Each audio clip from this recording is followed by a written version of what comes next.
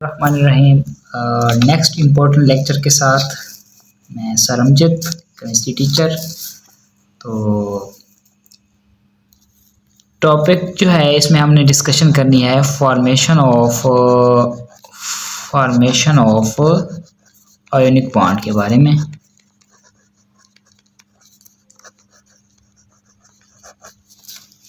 इंतहाई important topic है board के हवाले से। अक्सर क्वेश्चन इसमें से पूछा जाता है, लॉन्ग क्वेश्चन अक्सर इसमें आता है। तो जो पिछला टॉपिक हमने पढ़ा था कि formation of cations and formation of anions, उन्हीं को देखते हुए हम इसी आयोनिक बॉन्ड जो है इसकी फॉर्मेशन कैसे होती है इसको हम डिस्कस करेंगे। तो पहली चीज़ तो ये है कि आयोनिक बॉन्ड होता क्या है। आयोनिक बॉन्ड उस वक्त बनता है जब एक एलिमेंट अपने इलेक्ट्रॉन कंप्लीटली तौर पे दूसरे एलिमेंट को क्या कर दे, ट्रांसफ़र कर दे। ट्रांसफ़र ऑफ इलेक्ट्रॉन्स, ठीक है। जब एक एलिमेंट्स अपने इलेक्ट्रॉन्स कंप्लीटली तौर पे दूसरे एलिमेंट को ट्रांसफ़र कर दे तो उन दोनों के दरमियान बॉन्ड बनता है, ठीक है। अब जो एलिमेंट्स अपना इलेक्ट्रॉन दे रहा है उसके ऊपर क्या आता है, पॉजिटिव चार्ज आता है, और जो चीज़ इलेक्ट्रॉन ले रही है उसके ऊपर क्या आता है, नेगेटिव चार्ज आता है। पॉजिटिव और नेगेटिव चार्ज एक दूसरे को अट्रैक्ट करते हैं और उनके दरमियान क्या बन जाता है, एक स्ट्रॉन्ग बॉन्ड बन जाता है जिसको हम क्या कहते हैं, आयोनिक बॉन्ड का नाम देते हैं।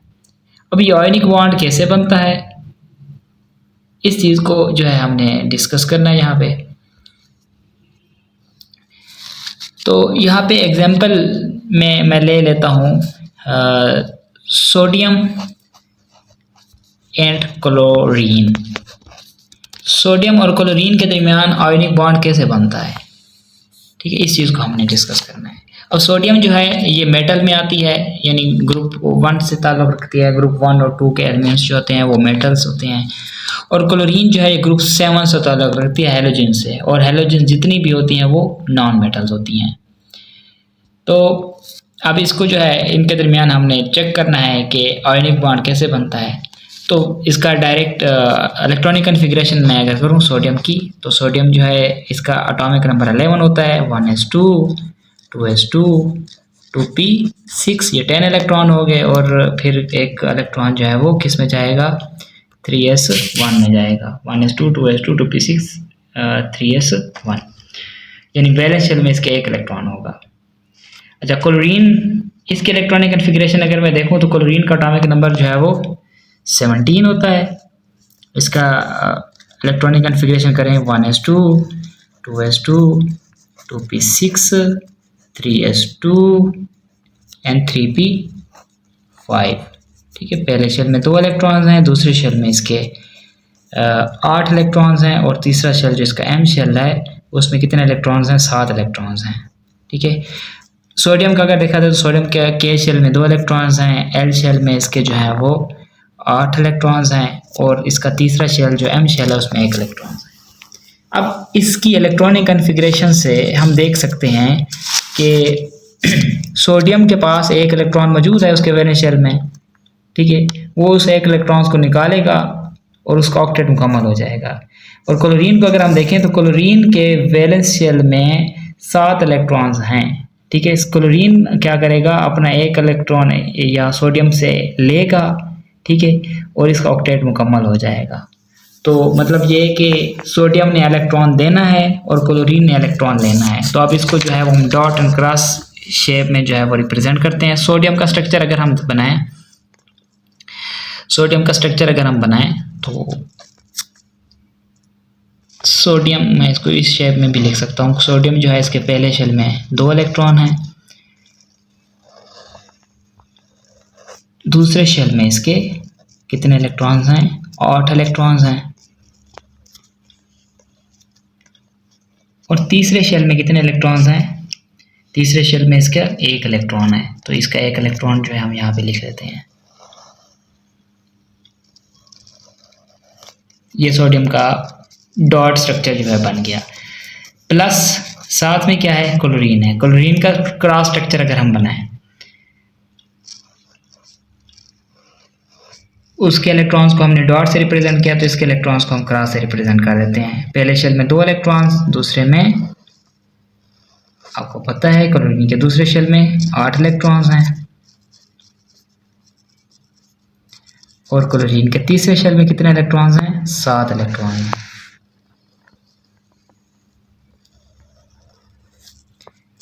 तो ये 7 इलेक्ट्रॉन्स मैंने यहाँ पे लिख दिए इसके, ये एक इलेक्ट्रॉन है, ठीक है। अब इसके वैलेंस शेल में 1 इलेक्ट्रॉन्स है और इसके वैलेंस शेल को 1 इलेक्ट्रॉन चाहिए, तो ये क्या करेगा, सोडियम जो है ये अपना 1 इलेक्ट्रॉन ट्रांसफर कर देगा किसकी तरफ? क्लोरीन की तरफ ट्रांसफर कर देगा, ठीक है। ये 1 इलेक्ट्रॉन कहाँ आ जाएगा? क्लोरीन के पास आ जाएगा। अब नेक्स्ट जो बनेगा वो क्या बनेगा? अब सोडियम का दोबारा हम यहाँ पे स्ट्रक्चर ड्रा करें।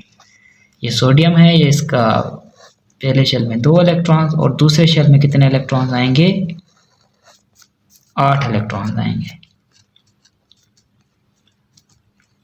ठीक है। अब तीसरा शेल तो इसका रहा नहीं है, लेकिन इसके ऊपर चार्ज क्या आ गया है? पॉजिटिव चार्ज यहाँ पे हम लगा देंगे, ठीक है। अच्छा, क्लोरीन का इसके साथ अगर हम स्ट्रक्चर देखें, क्लोरीन जो है इसके पहले शेल में 2 इलेक्ट्रॉन्स, दूसरे शेल में इसके कितने इलेक्ट्रॉन्स हैं? 8 इलेक्ट्रॉन्स हैं, ठीक है। और तीसरे शेल में पहले 7 थे, 1 इलेक्ट्रॉन उसने सोडियम से यहाँ लिया है, तो अब इसके तीसरे शेल में कितने इलेक्ट्रॉन्स हो जाएंगे? 8 इलेक्ट्रॉन्स हो जाएंगे। 8 इलेक्ट्रॉन्स तो हो जाएंगे, लेकिन इसके ऊपर चार्ज क्या आएगा? नेगेटिव चार्ज आ जाएगा, ठीक है। यानी सोडियम जो था उसके ऊपर पॉजिटिव चार्ज आया है और क्लोरीन के ऊपर जो है वो नेगेटिव चार्ज आया है, ओके। अब इसको हम इस शेप में भी लिख सकते हैं कि सोडियम जब क्लोरीन के साथ मिलती है, ठीक है, क्लोरीन जो हमेशा मॉलिक्यूलर फॉर्म में पाया जाता है, इसके साथ जब मिलती है तो ये क्या बनता है? Na पॉजिटिव बनता है प्लस 2Cl नेगेटिव बनते हैं, ठीक है। Na पॉजिटिव बनता है और 2Cl जो है वो नेगेटिव बनते हैं। यहाँ हम इसके अगर 2 ले लें, ठीक है, यहाँ इसके भी 2 बनेंगे और ये भी 2 बनेंगे, और ये दोनों यानी Na पॉजिटिव और Cl नेगेटिव, जब ये दोनों आपस में मिलते हैं तो इनके मिलने से फिर क्या बन जाता है? सोडियम क्लोराइड बन जाता है, ठीक है। तो इस तरह सोडियम क्लोराइड जो है उसकी फॉर्मेशन इस तरीके से होती है। अब सोडियम और क्लोरीन के दरमियान जो बॉन्ड बना है इसको हम क्या नाम देते हैं? इसको हम नाम देते हैं आयनिक बॉन्ड का नाम देते हैं, ठीक है। दूसरी एग्जांपल यहाँ हम डिस्कस कर लेते हैं। दूसरी एग्जांपल मैं ले लेता हूँ किसकी लें? मैग्नीशियम की। मैग्नीशियम का बॉन्ड, मैग्नीशियम एंड इसके साथ क्लोरीन, चलो क्लोरीन का बॉन्ड ले लेते हैं। मैग्नीशियम के साथ क्लोरीन का आयनिक बॉन्ड कैसे बनता है, इस चीज़ को हमने डिस्कस करना है। मेथड वही है जो ऊपर आपको ऑलरेडी मैं समझा चुका हूँ, लेकिन यहाँ पे जो है थोड़ा सा डिफरेंस ये आएगा कि मैग्नीशियम के पास वैलेंस शेल में 2 इलेक्ट्रॉन्स मौजूद होंगे और क्लोरीन को 1 इलेक्ट्रॉन चाहिए होगा। हम ये देखेंगे कि मैग्नीशियम का दूसरा इलेक्ट्रॉन कहाँ जाएगा। तो मैं दोबारा जो है वो दोनों के इलेक्ट्रॉनिक कन्फिग्रेशन कर देता हूँ। मैग्नीशियम का एटॉमिक नंबर होता है 12, ठीक है। इलेक्ट्रॉनिक कन्फिग्रेशन इसकी करें तो ये होते हैं 1s2 2s2 2p6, ये 10 इलेक्ट्रॉन हो गए, और बाकी क्या होगा? 1s2 2s2 2p6 3s2। ये पहला शेल है K शेल जिसमें 2 इलेक्ट्रॉन है, दूसरा शेल L शेल है जिसमें 6 इलेक्ट्रॉन है, तीसरा शेल इसका M शेल है जिसमें 2 इलेक्ट्रॉन्स हैं। अच्छा, इसके साथ फिर क्लोरीन है। क्लोरीन की इलेक्ट्रॉनिक कन्फिग्रेशन पहले भी मैं कर चुका हूँ, दोबारा भी यहाँ पे कर देते हैं। इसका एटॉमिक नंबर 17 है। 1s2 2s2 2p6 3s2 and 3p5। पहला शेल इसका K शेल है जिसमें 2 इलेक्ट्रॉन है, दूसरा शेल इसका L शेल है जिसमें 8 इलेक्ट्रॉन्स हैं, और तीसरा शेल इसका M शेल है जिसमें 7 इलेक्ट्रॉन्स हैं।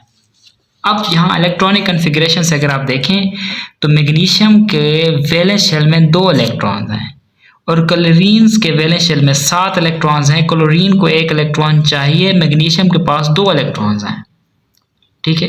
तो इसका मतलब ये है कि मैग्नीशियम 1 इलेक्ट्रॉन एक क्लोरीन को देगी, दूसरा इलेक्ट्रॉन उसको ट्रांसफ़र कराने के लिए दूसरा क्लोरीन जो है वो रिक्वायर्ड होगा। तो मीन्स ये कि एक मैग्नीशियम जो है वो अपने साथ दो क्लोरीन्स को जो है वो अब एक एक इलेक्ट्रॉन दे सकती है। तो अब मैं यहाँ इसका फॉर्मेशन जो है वो बताता हूँ कि फॉर्मेशन किस तरह होती है। मैग्नीशियम पहले शेल में इसके जो है वो दो इलेक्ट्रॉन्स हो गए, दूसरे शेल में मैग्नीशियम के 8 इलेक्ट्रॉन्स हैं। ठीक है, यहाँ पे अगर आप देखें तो दूसरे शेल में 8 इलेक्ट्रॉन्स हैं, तीसरे शेल में कितने इलेक्ट्रॉन्स हैं, 2 इलेक्ट्रॉन्स हैं। ये तीसरे शेल्स के इलेक्ट्रॉन जो है मैंने यहाँ पे लिख दिए, तीसरे शेल में 2 इलेक्ट्रॉन्स हैं। अच्छा, क्लोरीन प्लस जो है वो क्लोरीन देखें तो क्लोरीन का स्ट्रक्चर यहाँ पे मैं क्रॉस स्ट्रक्चर ड्रा कर लेता हूँ। क्लोरीन के पहले शेल में 2 इलेक्ट्रॉन्स, क्लोरीन के दूसरे शेल में कितने इलेक्ट्रॉन्स हैं, दूसरे शेल में 8 इलेक्ट्रॉन्स। ठीक है, यहाँ पे देखें क्लोरीन के पहले शेल में 2, दूसरे में 8 हैं, और तीसरे शेल में कितने इलेक्ट्रॉन्स हैं, 7 इलेक्ट्रॉन्स हैं तीसरे शेल में। ये 2, ये 4, 6 और 1 7। एक मैग्नीशियम का इलेक्ट्रॉन जो है वो इस एक क्लोरीन के पास चला जाएगा, दूसरा एक मैग्नीशियम का इलेक्ट्रॉन और बचा हुआ है। ठीक है, ये इलेक्ट्रॉन कहाँ जाएगा, ये इलेक्ट्रॉन जो है वो दूसरी क्लोरीन को ये दे देगा। अब दूसरी क्लोरीन का हम यहाँ पे स्ट्रक्चर अलग से उसका ड्रा करेंगे। ये क्लोरीन है। अच्छा, ये दूसरी क्लोरीन जो है दूसरा इलेक्ट्रॉन इसने दूसरी क्लोरीन को दे दिया है। तो एक मैग्नीशियम ने अपना एक एक इलेक्ट्रॉन 2 क्लोरीन को जो है वो ट्रांसफ़र किया है। अब नेक्स्ट जब हम इसका स्ट्रक्चर बनाएं तो हम इस शेप का स्ट्रक्चर बनाएंगे, यानी मैग्नीशियम जो है, मैग्नीशियम के अब वैलेंस शेल वाले जो 2 इलेक्ट्रॉन्स थे वो यहाँ से रिमूव हो गए हैं। ठीक है, अब जो उससे अंदर वाला शेल होगा वो वैलेंस शेल के तौर पर काम करेगा। ये सेकंड शेल जो है अब इसका वैलेंस शेल के तौर पर काम करेगा। अब क्योंकि इसने 2 इलेक्ट्रॉन्स दिए थे तो इस वजह से अब इसके ऊपर चार्ज क्या आएगा, 2 पॉजिटिव आएगा। ठीक है, और नेक्स्ट क्या है, 2 क्लोरीन है, दोनों क्लोरीन को एक एक इलेक्ट्रॉन इसने दिया है। तो हम इसको यूँ लिख सकते हैं 2 इंटू, क्योंकि 2 क्लोरीन है तो 2 क्लोरीन के लिए मैं एक ही स्ट्रक्चर बना देता हूँ।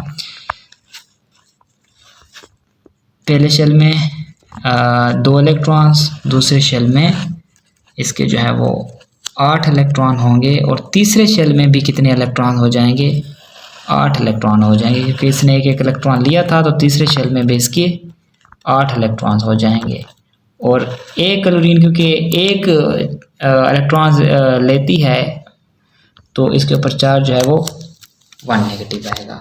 तो ये डॉट एंड क्रॉस स्ट्रक्चर है मैग्नीशियम एंड क्लोरीन का। अब इसको अगर हम फार्मूले की फॉर्म में लिखें तो कैसे लिखेंगे, यहीं पे मैं जो है वो इसको लिख लेता हूँ।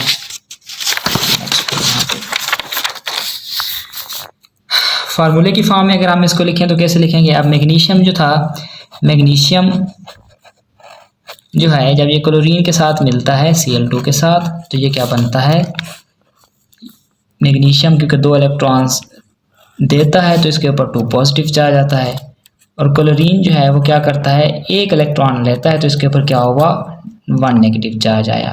ठीक है, यहाँ हम इसको 2 जो है वो लिख सकते हैं। अच्छा, अब फार्मूला लिखते वक्त हम क्या करते हैं, ये जो वैलेंसीज होती हैं इनको हम क्रॉस एक्सचेंज करते हैं। ठीक है, तो ये 2 जो है इसका, ये 2 इसके नीचे आ जाएगा क्लोरीन के नीचे, और ये 1 जो है ये मैग्नीशियम के नीचे आ जाएगा। अब फार्मूला जो इसका बनेगा वो क्या बनेगा, MgCl2। तो मैग्नीशियम और क्लोरीन के दरमियान जो आयनिक बॉन्ड बनेगा उसका फार्मूला क्या बनेगा, MgCl2 फार्मूला बनेगा। ठीक है, तो ये 2 एग्जांपल्स मैंने आपको समझाए हैं। आपने क्या करना है, अब आपको मैं नेक्स्ट 2 और एग्जांपल दे रहा हूँ, आपने उनकी प्रैक्टिस करनी है। इसमें एक जो है आपने चेक करना है कि एल्युमिनियम एंड क्लोरीन के दरमियान आयनिक बॉन्ड कैसे बनता है। ठीक है, उसका फार्मूला क्या होगा। दूसरा आपने ये देखना है कि कैल्शियम एंड ऑक्सीजन के दरमियान आयनिक बॉन्ड कैसे बनता है और उसका फार्मूला क्या होगा। ये 2 स्ट्रक्चर आपने ड्रा करने हैं। तो उम्मीद है कि आप जो है आयनिक बॉन्ड जो है इसकी फॉर्मेशन आपको आ गई होगी। अगर इस के हवाले से कोई क्वेश्चन है तो आप जो है वो पूछ सकते हैं। तो नेक्स्ट इंशाल्लाह मिलते हैं कॉल एंड पार्ट में। अल्लाह हाफिज़।